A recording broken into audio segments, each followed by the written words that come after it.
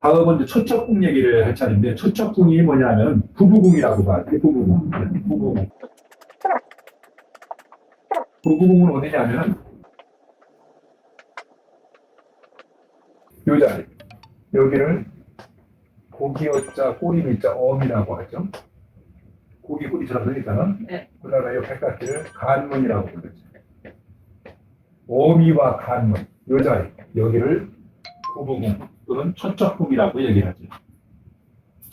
이 자리가 광대뼈가 넘어 튀어나오면 팔자가 세다 그랬는데 팔자가 센 것이 아니라 광대뼈가 아니라 이 앞으로 나온 것이 관골이고 옆으로 측면으로 나온 것은 역마골이라고 얘기했잖아. 그러니까 역마골이 발달돼 가서 여기가 이렇게 좀 주름살이 좋지 않게 얽혀 있는 함몰되어 있는 사람이거든. 그런 경우에 나쁘다고 보는 것이고, 또 이 자리가 함몰뿐만 아니라 주름살이 이렇게 잘못 얽힌다든가 소추문이라고 해서 이 주름이 또 이렇게 여기가 또 잘린 것도 있어요. 이렇게 여기서 이렇게 여기서 잘라 들어간 사람이 있거든요.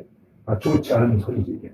그리고 여기에 가서 사막이 있다든가 흑지 검은 점이 있다든가 이런 것들도 전부가 다 좋지 않은 정조라고 봐야 되죠. 그것은 생긴 모습이나 아니면 그런 것이 그 근본적으로 잘못된 것이고, 원래는 괜찮았었는데 갑자기 여기가 기색이 좋지 않은 수가 있거든. 그러면 기색이 좋지 않다는 얘기는 지금 결혼한 사람 같으면 사이가 안 좋다고 봐야 되고, 냉전 중이라고 봐야 되고, 거의 아주 암묵하다, 이건 가정적인 한 사람이라고 봐야 되고, 그래서 이 부부궁 자리가 어떠한가. 노처녀 노총각이 결혼할 때가 되면 여기가 사랑에 빠지면 기색이 좋게 변하지. 기색이. 그런 일이 있었잖아요. 2013년도인가 12년도에 어떤 프로를 갖다 놓고 볼 적에 그걸 진행하던 그 아나운서가 근데 자기 지금 어떠냐고 묻길래 아직 저 부산 앞바다도 오지 않았다고 이성 만나려면 아직 멀었다고 얘기를 했는데, 그것이 그 사람이 추석 특집을 한다고도 나오다 그래서 그게 이제 4월달 얘기, 3월달 얘기인데 7월달에 양력 7월달에 나와서 녹화를 하는데 7월달에 갔더니 뭐가 돼요? 갔더니 하는 얘기가 또 같은 얘기를 묻는 거예요. 근데 그때 보니까 4월달에 봤던 거하고 7월달하고 불과 3개월 사이인데 기색이 좋아졌더라고요. 그래서 내가 지금 아나운서 아무개 씨께서는 사랑에 푹 빠져 있다고 얘기를 했지. 그런데 긍정도 부정도 하지 않고 넘어갔는데 그 뒤에 추석이 지나고 난 뒤에 그 프로가 방영되고 난 뒤에 어느 날 트위터에 막 내 이름하고 그 아나운서 이름하고 막 비석에서 돌아다니더라고. 왜? 애인이 생겨서 실제 사랑에 빠진 거예요. 관상가 노스무라는 사람이 아무개 아나운서 보고 사랑에 푹 빠졌다고 했는데 실제로 상대가 있더라. 그래서 팥빙수집에 데이트하다가 둘이 데이트가 팥빙수집에서 요래하고 기자한테 들켜가서 그것이 아무개 아나운서도 좋다고 하니까 잘 진행돼서 결혼까지 꼬링했으면 좋겠다든가 관상에 맞았다든가 이런 얘기가 막 돌아다니더라고. 그때 뭘 보게 되냐.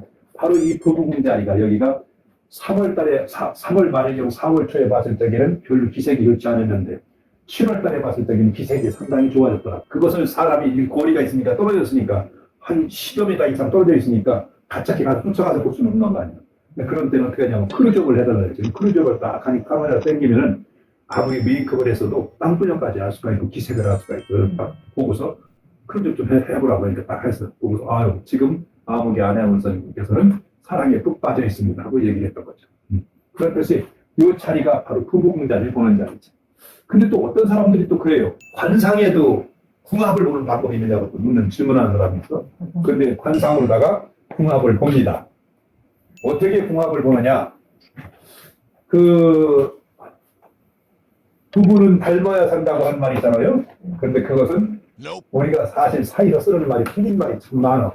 닮아야 사는 것이 아니라 서로가 달라야만이 살 수 있는 거야. 관상이 달라요. 그렇지. 예. 그래서 어디가 달라야 되냐면, 첫째로 사람을 음양으로 구분을 해요. 음양으로. 어떻게?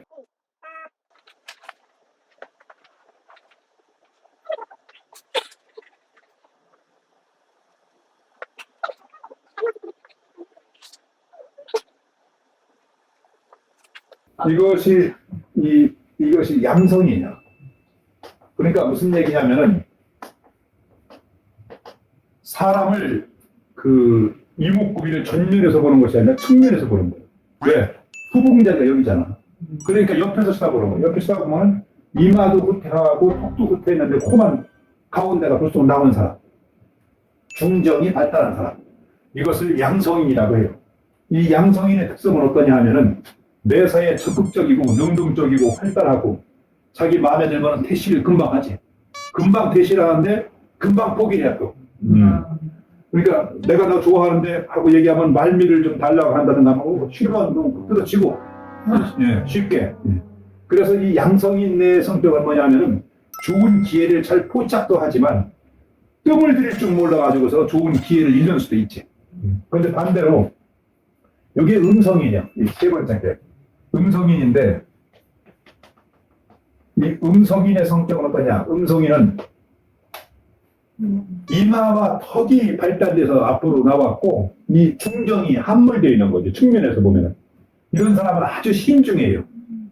그야말로 음적이게 내가 먼저 다가가서 사람을 대시하는 법은 없어. 대시해서 오게끔 유도를 하지 진짜.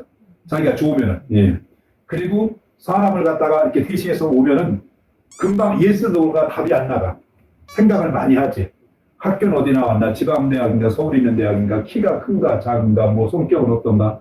음식 먹는 건 어떤가? 걸음걸이는 어떤가? 뭐 이런 것저런 많이 계산을 하지. 저 사람하고 산다면 어떠할 것인가? 어떠한 이세가 나올 것인가? 이런 것처럼 생각하다 보니까 생각이 많다 보니까 너무 뜸을 들이다가 좋은 기회를 상실하는 경우가 있어. 보면.